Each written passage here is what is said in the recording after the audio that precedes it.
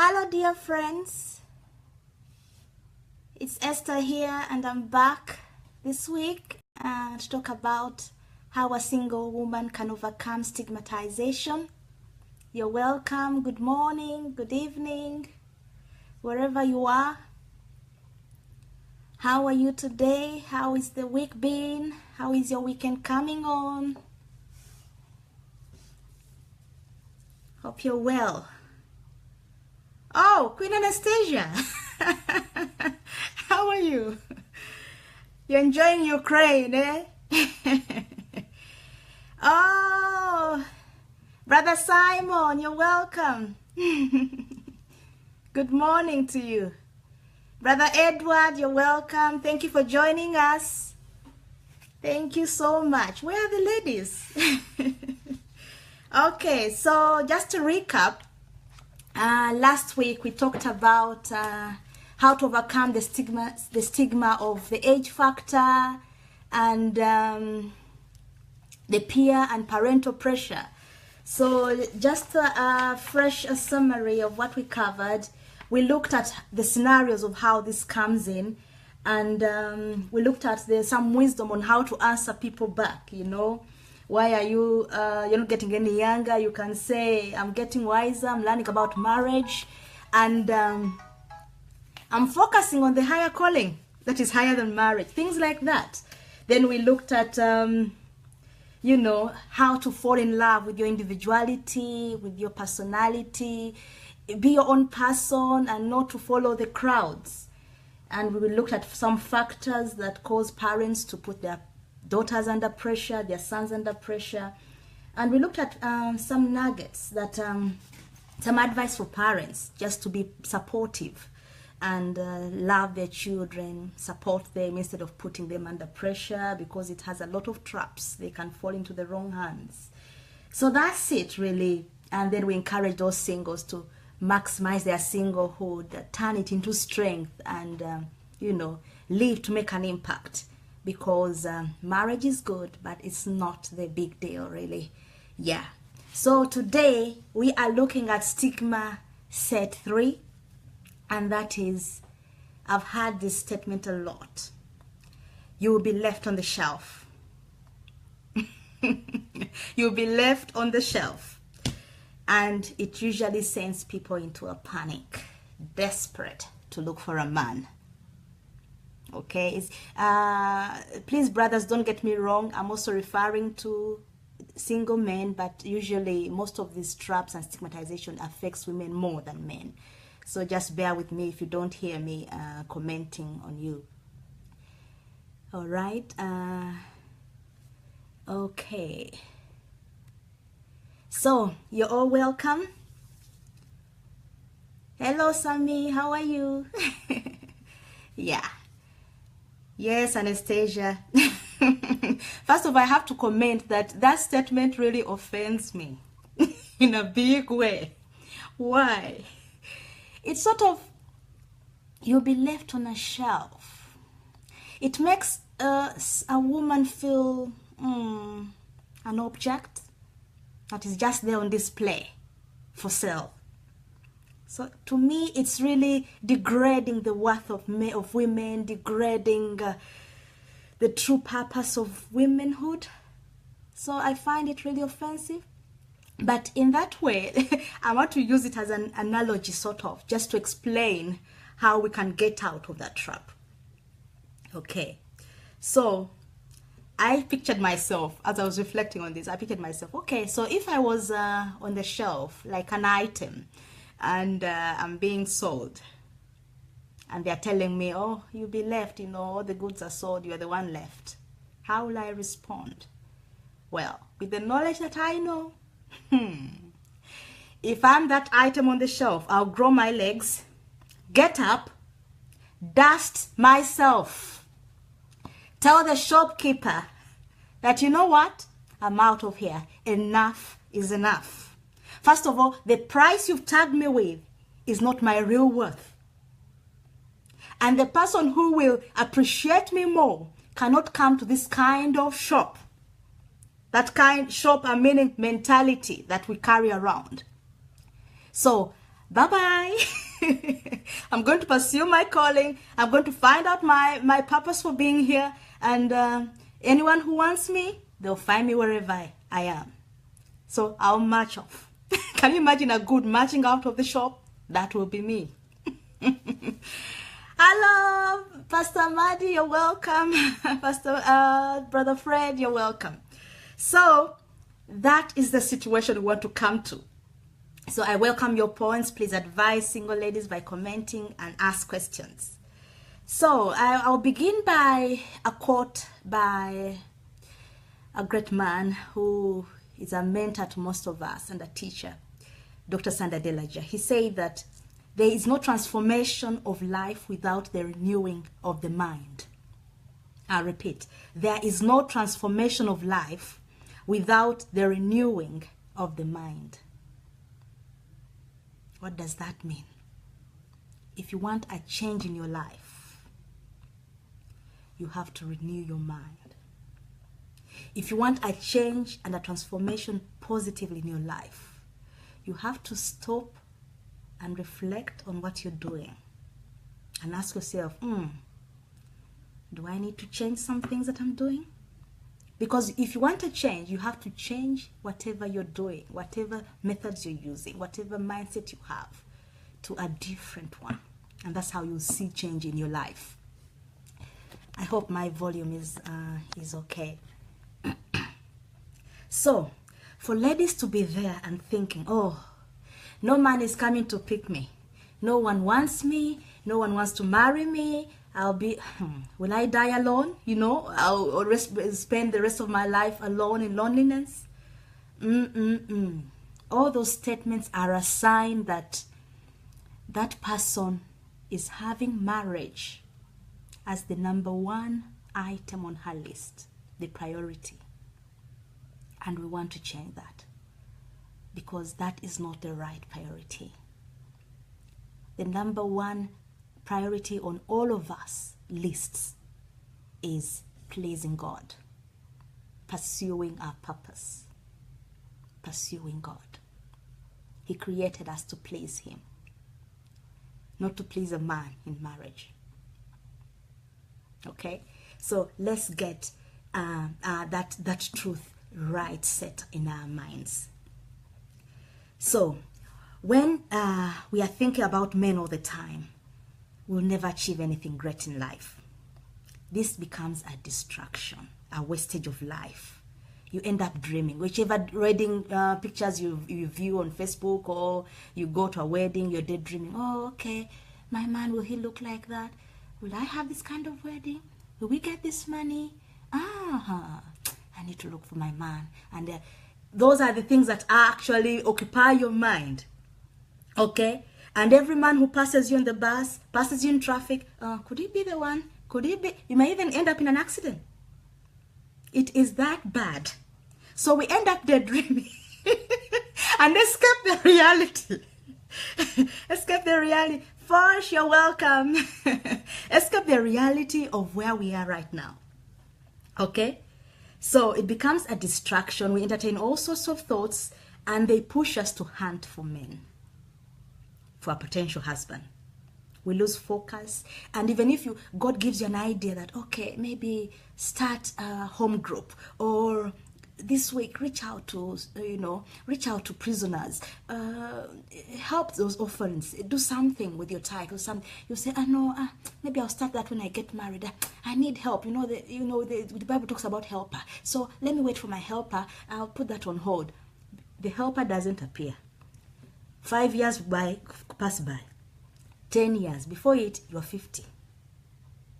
Do you see how the trap goes? You've lost focus on the great things, the things that matter in life, because you're waiting for someone. There's a lesson God wants us to learn there. We have put our priorities wrong. We have put our priorities wrong. So 98% of the time, if you're in this desperate mode, you end up with the wrong person.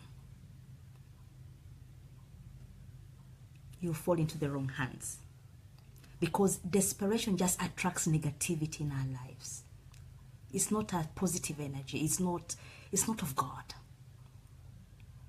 It's just the enemy wanting to trap you to go into a miserable life where you come to a place and you say, no, this God thing doesn't work, and you give up on God.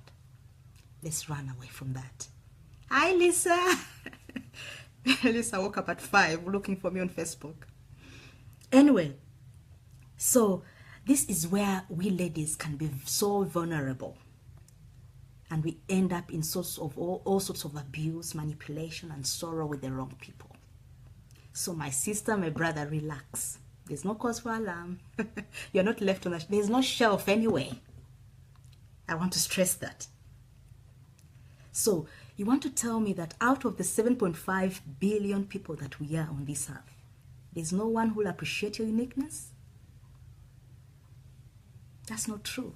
It's not possible. Because anything that belongs to you, let me tell you, it will always find you. Wherever you are, even in your room. So God has a way of connecting us with what we need, with what He intended. Relax. Okay? Relax. So when we renew our minds with optimism, accepting your status, pursuing your vision, we attract positivity in our lives. And this transforms our lives for better. So, first of all, what gets us trapped in this? Hi, Susie, you're welcome. What gets us trapped in this desperation mode? Panic, sort of panic attack. I'm not getting married. I'm getting... Oh, God. I've been there, I got married at 40, so I know what I'm talking about. That's why my passion is for single ladies. I know, I feel them. I know what they go through. So, but let us look at what gets us there. The number one and only factor we're going to see is the environment that you are in. It's your environment that is causing you to panic. It's your environment that is causing you to think you'll be left alone. It's your environment that is not exposing you to the real purpose of life, to the right priorities.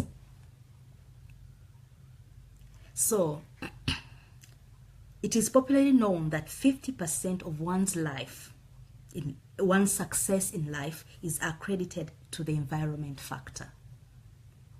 So our environment influences our worldview, our thoughts, our motivations, our actions, our goals, the quality of knowledge that we have. It's all based on environment. And what do I mean by environment? Environment, I don't mean the trees and the lakes, the roads, the compound around you outside.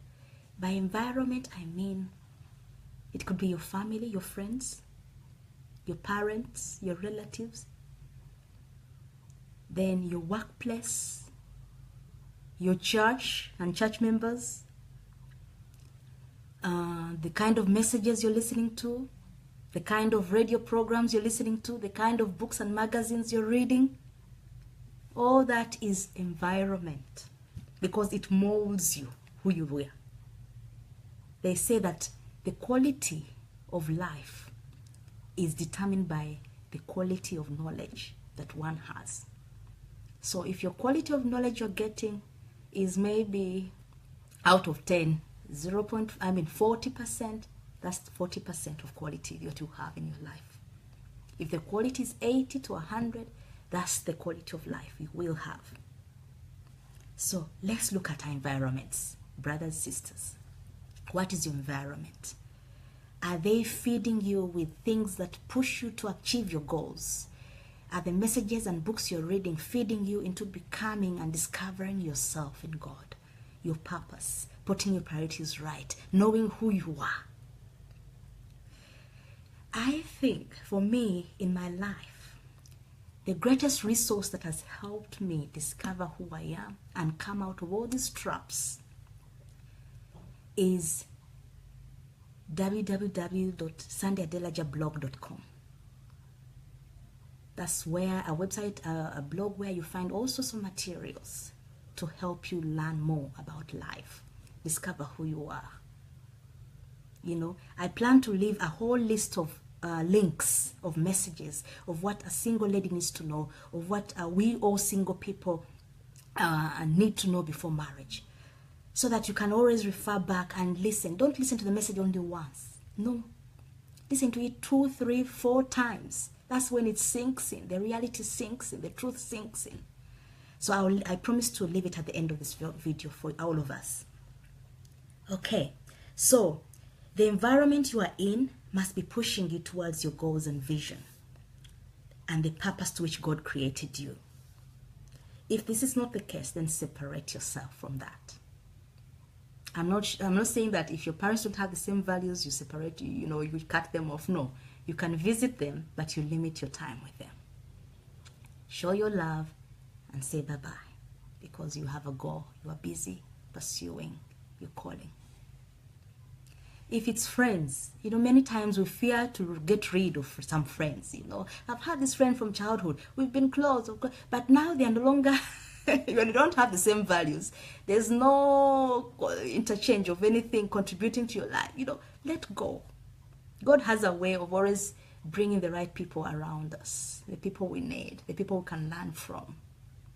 So there will always never be a void. As long as you have God as your priority, He will supply what you need. So I know even with the church thing can sound contradictory, but even the church can be a wrong environment for a single lady. I remember I was in a church where the moment you enter like this, of course they know Esther, I was the oldest single there. The moment you enter like this, if they have been praying, they will raise another point. Now, another point for singles. All those singles, every spirit husband that has been fall down and die. All sorts of rubbish. Whenever they say, my sister, we are praying for you. It is well, my sister. They don't ask about my life, my career, what interests me, how are you? No, it's always single. Sorry, we're praying for you. Oh, my sister. In fact, you can't even lead prayers until you're single. A church where they don't allow you to grow in your calling, to even minister because you're single. They are always talking about single. They are promoting, telling you the conferences of single people around. Yes, it's good to seek for knowledge, but people who are always reminding you of your situation, they are the ones who drive you into that desperate mode. Pastor Sandy always says, pick race. I'm learning all this Nigerian. Pick race and run for your life. Okay, we shouldn't be victims of our environment. So I've left such churches, And I look back and said, oh God, I wish I had known this truth long time ago. I wasted a lot of my time, of my life, in so much programs and things. I would have done more, So I don't want you to do the same mistake again. So I want to refer to, where's my book? Yeah. I wrote about desperation on a chapter 5 where I was talking about facing the brutal facts. I listed some reasons why there are so many single people around. So one of them is desperation. So I'll read this paragraph. I have known of ladies who out of desperation hop from train to train, bus to bus, church to church, conference to conference, you name it, all in an attempt to somehow bump into Mr. Right. Well, a few of my friends then tried this and nothing happened. In some cases where it did happen, it was an accident. Oops. They bumped into a Mr. Wrong. And this brought a lot of sorrow in there. So desperation can be written all over a lady's face. It shows up in all her mannerism, in her talk, in her words, to the extent that it puts off men. They can pick it up. So, and can make a woman to be vulnerable to various forms of manipulation. Desperation rarely attracts positivity in life because it promotes a shortcut kind of mentality which overlooks the necessity of processing of principles that can be developed in our lives to birth better results in us. What I'm saying is that desperation is a shortcut mentality that limits us into the process. You know, if you look at the Bible, all the great people went through a process of becoming who they were. Look at Joseph. He went through a process of being deserted by his family, going to prison. He developed integrity. And then his portion was there. It was never lost because God revealed it to him in the dreams when he was young. So let us not choose shortcuts. Let us embrace the process, however long it takes. God is faithful. Okay, so that is the only way we can avoid falling into the wrong hands. Going into another circle of sorrow is not worth it. We are much more worth. We are princesses of God, and we should not devalue our lives. We are so precious before God. Let's carry ourselves with dignity, with elegance, because we know who we are. So that's one. So what are the consequences of hello John Bosco, you're welcome. Mayo, are you here? You're busy woman. I expected you to be in bed resting. Okay, the consequences of being desperate, of falling into all this panic attack because I'm single, I'm all that. What's my time? I lost my watch. I don't want to go over time. Okay, we still have some more time. So the consequences, as I've read in that paragraph, is that it becomes, desperation becomes written all over you because it's what you're thinking. So you always manifest whatever is going on inside of you. And it comes out in your talk, in your actions, in your reactions, and can be repulsive. People pick it up and say, I don't enjoy this person's company. All that she talks about, we are here, we are single. People run away because everyone has issues. So they want to look for people who are optimistic, people who make them laugh, enjoy life, be happy. Okay? So it leads to a lonely life, really. Dr. Sufficient, how are you? It must be night. You're welcome. You're welcome. And so men pick it up and will always defend themselves whenever they're abusing you in that relationship, saying, in fact, I helped you. Weren't you desperate to get married? Okay? So it's so heartbreaking for a lady, for that statement. So we want to avoid any sort of circles of sorrow. As we've said, we are more precious before God. We are precious people. People are drawn to peace. That's right, Lisa. People are drawn to peace because everyone has issues. Everyone wants rest. Okay. So we want to avoid such experiences in our lives. So as we've seen, we fall into hands of wrong men. I'm not even talking about just the relationship, the man in the relationship with you, but wrong prophets. If I count the amount of seeds I sowed in those days when I was desperate, I would weep. Because all that money, how many orphans would I have sponsored? Thank you, Dr. Sufficient. How many orphans I would have sponsored with that money? All I was egocentric, thinking about myself, my needs, my everything, blinded by other people in need. That's what it makes you. Desperation makes you to be so egocentric, selfish. It's all about you. Not about God, what He wants from you. It's all about you. So let's avoid that. Let's avoid those consequences. Let's avoid those mistakes. Okay? So that's why we are here to tell you what we went through so that you don't repeat it. Okay, so how can we guard against this panic attack, this desperation? I have some points here. Regain your ground. Be comfortable with your status. There's nothing wrong with being single. It's the best time in the world. In fact, I'm starting to write a book about the benefits of the single life. I'm dying to get that out. So I'm beginning. And I want to expose that truth, really, to encourage ladies to be proud of who they are. Okay? Strengthen your backbone. But by backbone, I'm meaning when you've developed what you stand for, your values, stand up for them. Don't fall for anyone, for anything, for everything around you. Be able to stand for what you believe. Why should you be like everyone else? Embrace your individuality. Like your personhood. Be who you are. Be proud to stand against the flow. You know, sometimes we fear to be alone, to be different. Why should we? Evangelist Rogers, you're welcome. Okay, so that's how we should guard against ourselves. Let's regain our ground and build ourselves up in that way. So we do not, I put here a note that we do not take the agenda of your parents, of your culture, of your society. You'll be wasting your life pursuing other people's dreams. You'll be used and messed up.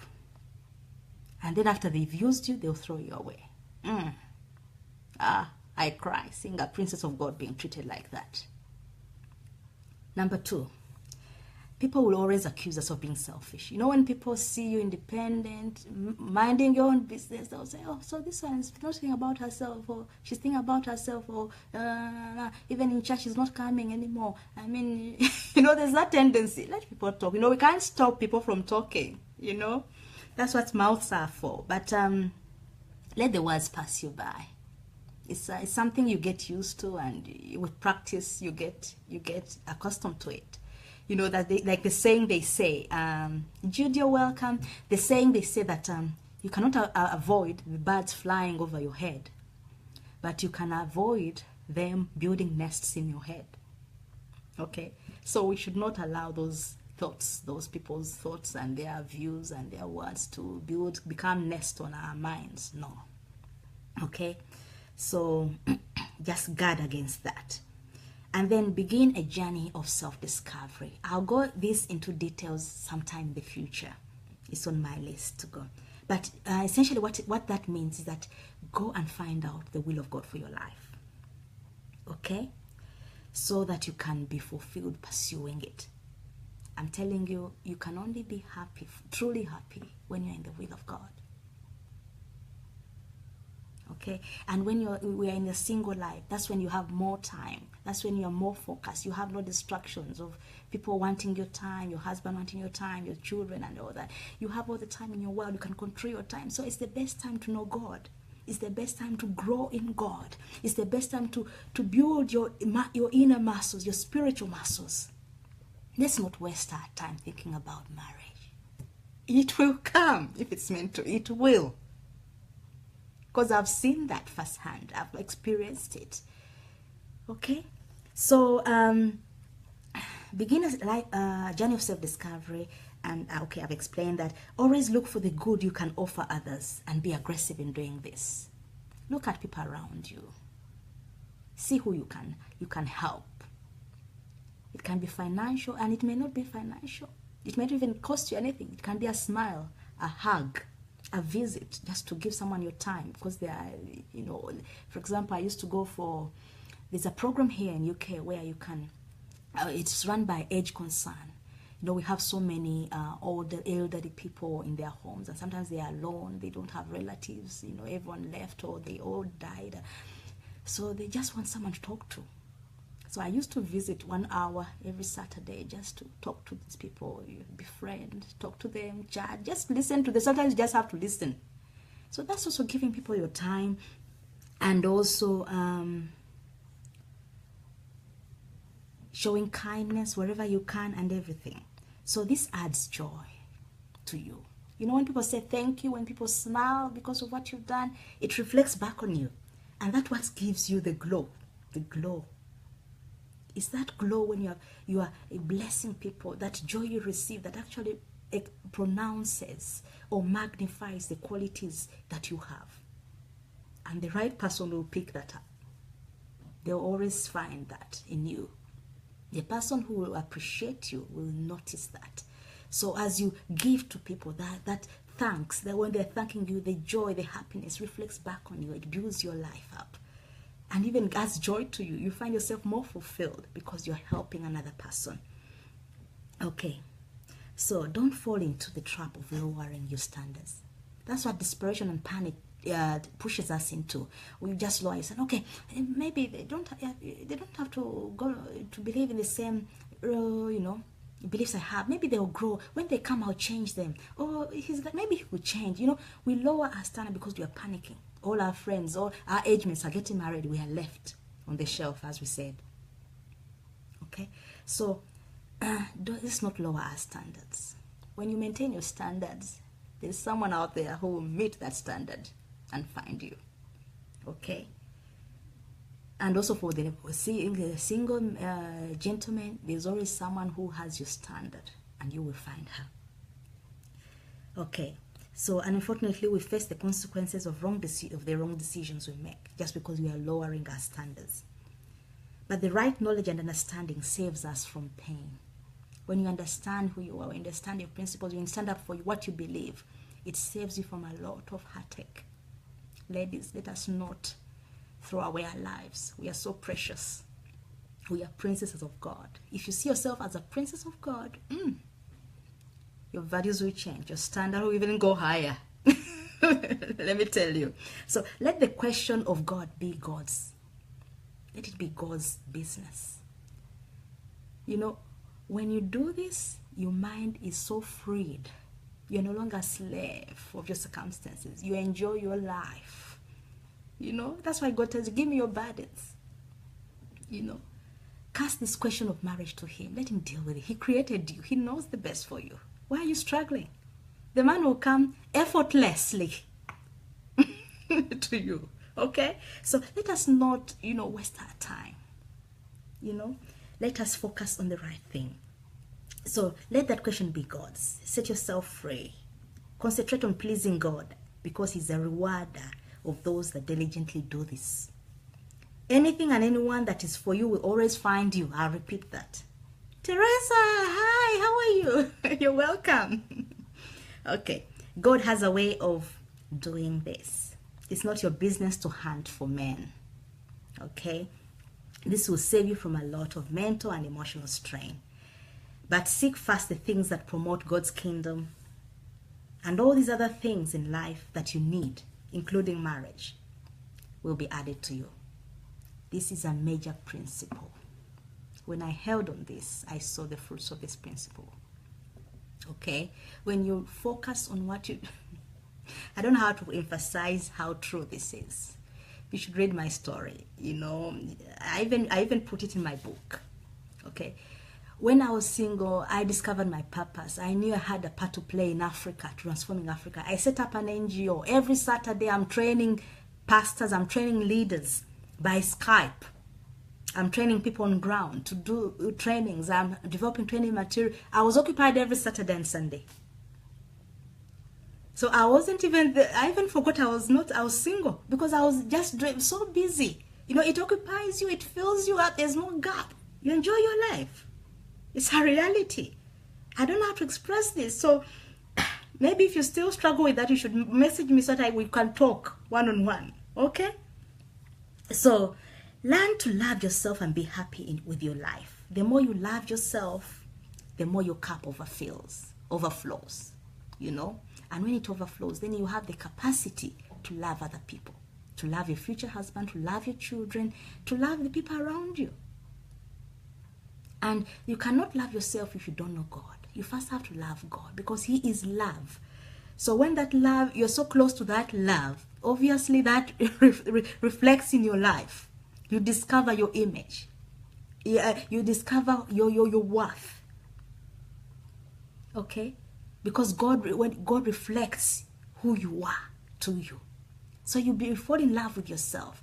So with that loving yourself, then you are capable of loving others. But many times we haven't discovered that part of our lives yet, and then we are rushing to love others. We think we have the capacity. Oh, you'll be disappointed. Because many times, marriage has a way of bringing out all those areas we've not worked on. And you discover, I needed more work in this area. Yeah. So it's only in loving God that you can love yourself. And when you love yourself, you're able to love other people. So this brings love and happiness to yourself as well, as I mentioned before. Number 8, understand that you are a complete person all by yourself. I don't know where people got the saying of my other half. It may have, maybe it's a non-truth. We are learning about the real truth these days. Okay? But you are complete all on your own. let me tell you, you need that before marriage. If you go in marriage wanting the other person to complete you, you'll be disappointed, because he himself is also needs to be complete on their own with God. Okay, and that's how a marriage can be enjoyable, when two independent, complete people just come to, to just have a partnership, work together for companionship, but they are complete on them by themselves. Then number 9, the best way to come out of this panic, of this desperation to get married, is actually to look around. Go on internet. Look around for people you admire, people who have attained the level that you want to attain in life. Go to them, ask them questions, learn from them, listen to them. One time when Pastor Sandra was teaching us this, he said that it's not a sin to copy. Copying is biblical. Paul said, imitate me as I imitate Christ. So it doesn't matter. Do what they're doing. Because when you practice the principles they're practicing, you get the same results. And before you know it, you'll be like them. Okay? So sometimes we need such people in our lives, such mentors, such people we can listen to, who can teach us the secrets of life, And all these things, as we say, things that are not tangible, like knowledge, understanding, they're the things that actually that matter in life, the things that are precious in life. But the things we look at, money, cars, those things, they are temporary. Okay? So let's learn to look around, look for people that we can learn from. People we admire, people who we see they have results, and let's try to implement the principles that they are putting in place. And that's how we can develop ourselves to be better. Okay? So, and as I've mentioned before, that a great resource that I found useful are the teachings of Dr. Sandra Delaja on his blog, sandradelaja.blog.com, and on the YouTube channel, Sandra Delaja Official. You'll find so many videos. And I promise to put some links there that we learned, we listened to, and just trying to encourage you to go through them if you're single out there, and they'll help you build you up. And as I said, you'll develop your own muscle, your own backbone to stand for what you believe in. So I hope this has been useful, and I want to see your comments. Sorry, I've gone over my time. Okay, be busy looking for how to improve the good in other people. That's by Sammy. Lizzie is saying that's right. You can do bad all by yourself. Hold out for the man with the standards. That's true. So, Samson, you're welcome. You joined late, but you can always listen to the video. So, thank you all for joining us for this broadcast. I appreciate you all. Please share with your friends, and let's encourage our single people to maximize that stage of their life so that they are not deceived, they are not wasted, but they become who God intended them to be. So, see you on the next broadcast. Have a lovely weekend. God bless. Bye.